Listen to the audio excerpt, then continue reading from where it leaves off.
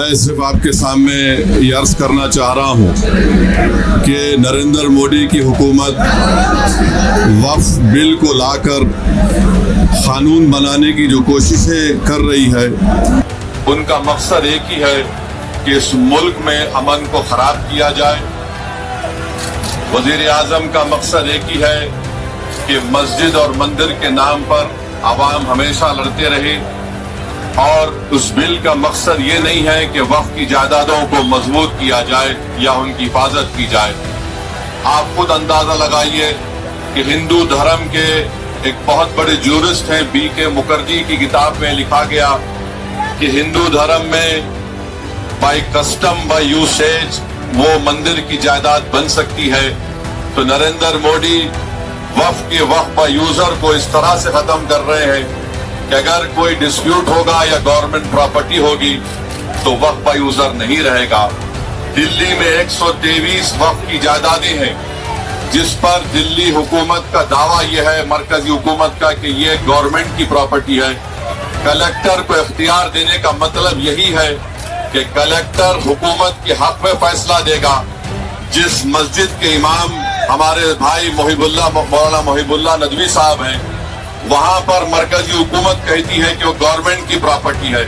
اگر کل خدا نہ خواستہ یہ قانون بنے گا تو کوئی بھی جا کر مرکزی حکومت کی طرف سے، دلی سرکار کی طرف سے وہاں پر ایک نوٹس لگا دے گا کہ یہ وقف کی پراپرٹی نہیں ہے۔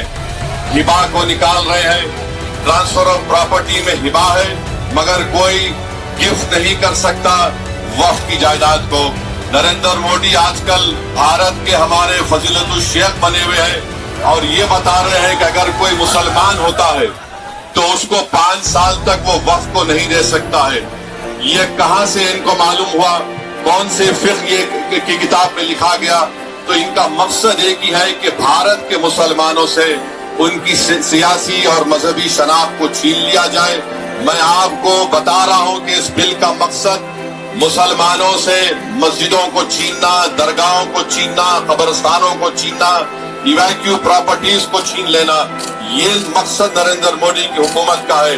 اور ہم کوشن کر رہے ہیں چندرا بابو نائیڈو کو، ہمارے پاسوان صاحب کو اور نتیش کمار کو، یاد رکھیے دنیا جب تک قائم رہے گی، اگر آپ اس وقت نازک وقت میں اس بل کی تائید کریں گے تو آپ کو مسلمان کبھی نہیں معاف کرے گا، کیونکہ آپ کی تائید کی وجہ سے یہ بل قانون بنے گا۔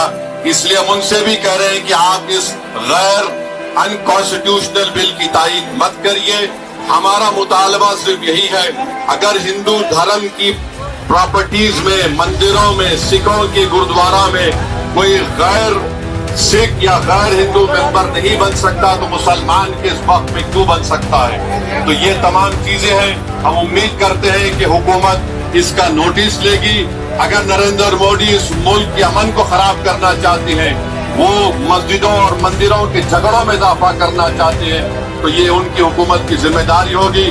میں یہاں پر شکریہ ادا کرنا چاہوں گا ہمارے جوائنٹ ورکنگ کمیٹی پارلیمنٹ کے تمام اراکین کا، اور خاص طور سے کلیان بنرجی صاحب کا، TMC کے راجہ صاحب کا، DMK کا، ہمارے ناصر بھائی کا اور محب اللہ ندوی صاحب کا۔ ہم نے تمام بڑی کوششیں کی، ہم نے اپنی ڈیسنٹ رپورٹ کو دیا، اور یہ انکانسٹیٹیوشنل ہے، اس کا کوئی بھی فائدہ وقف کو نہیں ہوگا۔ صرف وقف بورڈ کو برباد کرنے کے لیے، وقف جائیدادوں کو لوٹنے کے لیے حکومت یہ اینٹی کانسٹیٹیوشنل اور اینٹی مسلم کام کرنے جا رہی ہے۔ بہت بہت شکریہ۔